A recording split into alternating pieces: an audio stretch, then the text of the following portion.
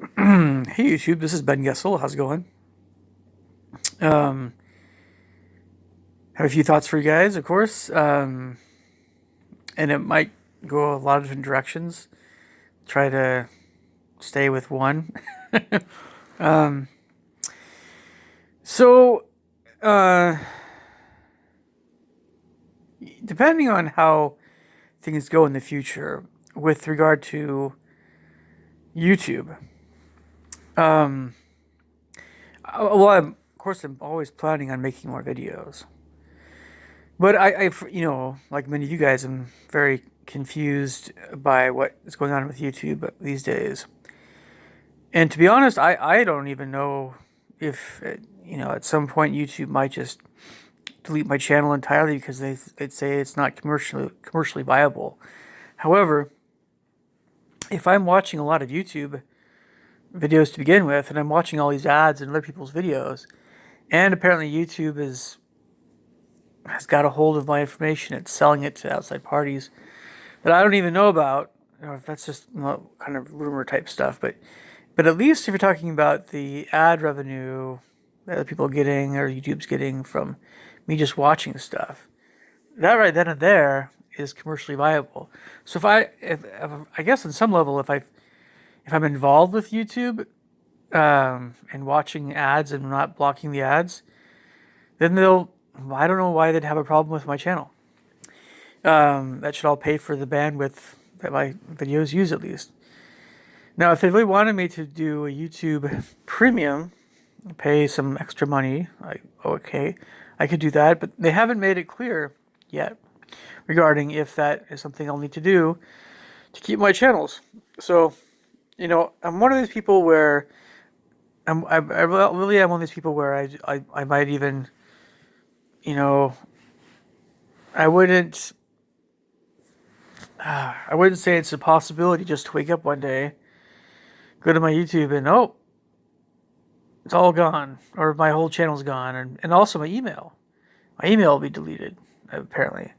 So this is just stuff I've seen. Of all the videos I've seen about this subject, this is one of the things that they're inferring that YouTube, and it's because YouTube's owned by Google. Google could just shut you down, and also shut down your entire email as well, because they aren't making money off of you. And so Google's going to have to come out with something more concrete about this subject, and they should, because obviously we don't want either of these things happening. But I think it just in terms of our life outside of YouTube, especially, none of us want our emails to be automatically deleted. That would get Google, I think, in a lot of trouble. In many respects, outside of, you know, I don't know. It's all very confusing still to me, and I'm like you guys. I know about as much as you do. I've tried watching videos about this subject, but I know it's a lot of stuff is, I don't know. It's just sometimes hard to know what's really the case. So, but what I wanted to talk about more was, I don't know, something having to do with childhood. Childhood memories that there's an element to them that is very much a part of my thinking nowadays. So when I was younger, and I'm pretty sure this is a little bit unfamiliar territory with what I talked about before, but when I was younger, I was involved with all kinds of things in school. We'd have somebody read stories to us, like library time, or story time, storytelling time, and I remember that we did that in kindergarten and first grade. I think second grade maybe too, but after that, not so much. Not really. Third grade was different. But those first three grades, yep, or kindergarten, first grade, second grade, we had story time, and we also had field trips, of course, and we had I don't know. I very much liked how school was when I was little.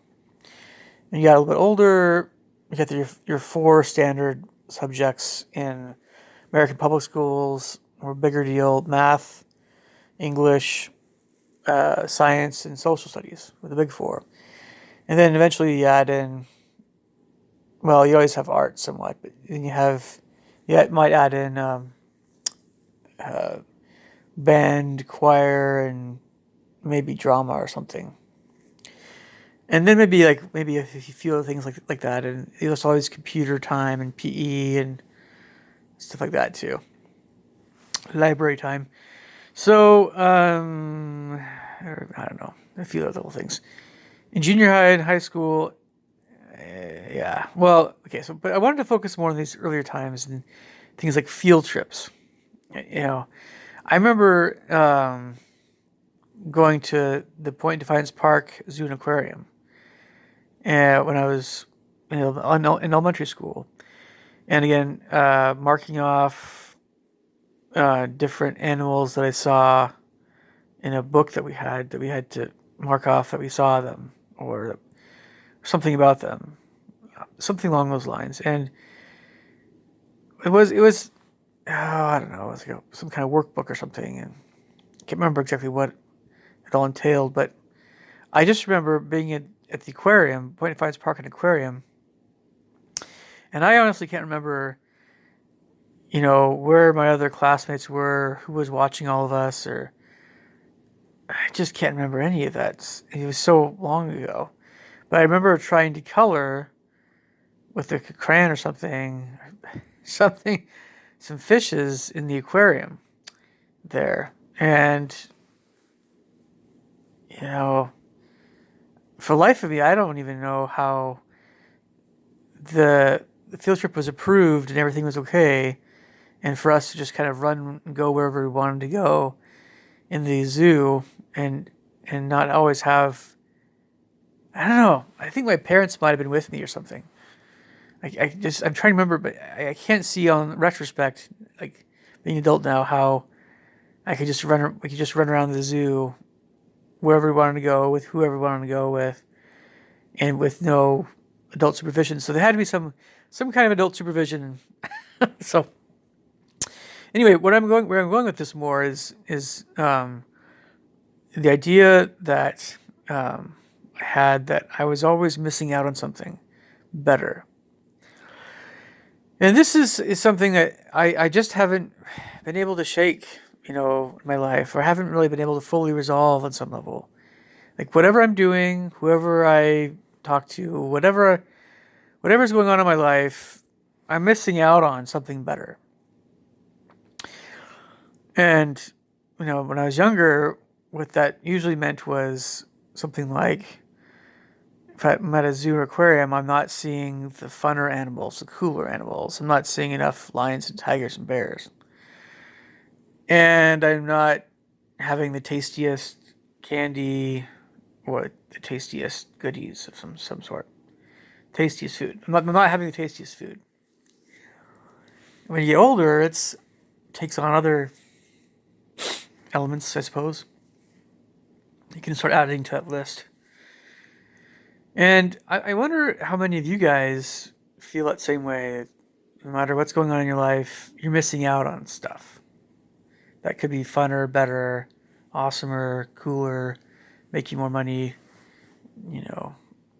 There's the romantic element here somewhat. Your work is too hard. You don't get respect.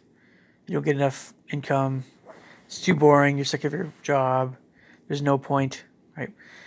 And, so on and so forth. And I don't know. I have to say that a lot of work, for instance, I've been told by my parents, is very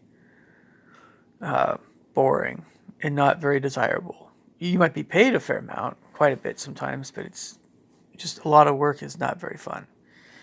And, in communist Russia, I've been told, at least when I studied this stuff in class in history and geographical stuff, social studies, whatever, I've been told that there were workers in Russia that would just go to work and they'd put in some effort, but they wouldn't really work very hard, and because they would get paid, they all get paid the same.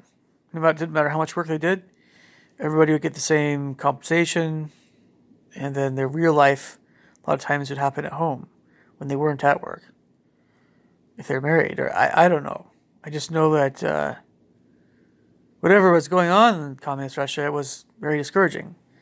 So I don't know what's happening in communist China. I just know that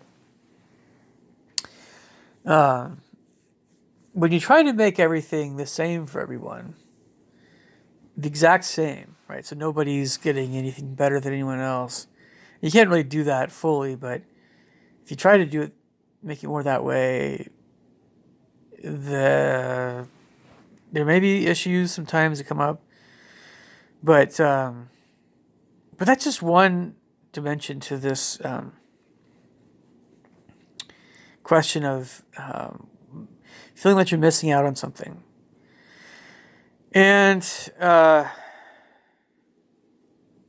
might actually end this video at this point, because I can talk about, if you go to an amusement park and you don't see some of the best attractions at this amusement park, or Willy Wonka's chocolate. I know I mentioned something like this before. It's been a while, but I think that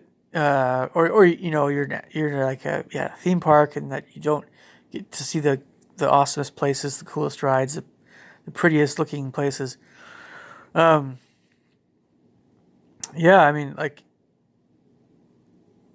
think it's just until I get to a point in my life, even if it's the next life, where I feel like there's more closure in this regard.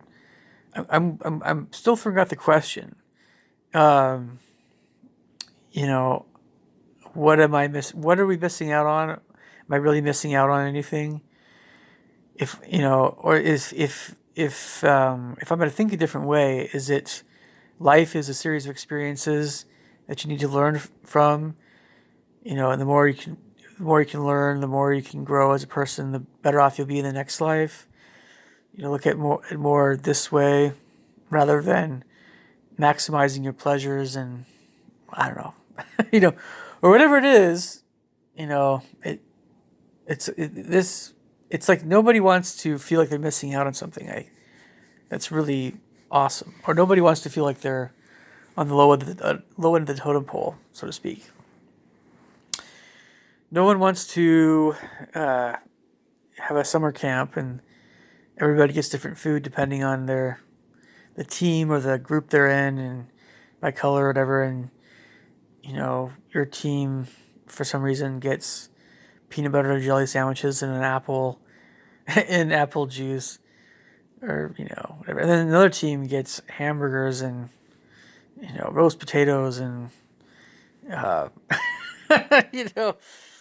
don't know, and really something like tasty to drink, like cherry juice or something. But anyway, leave me the thoughts and comments below.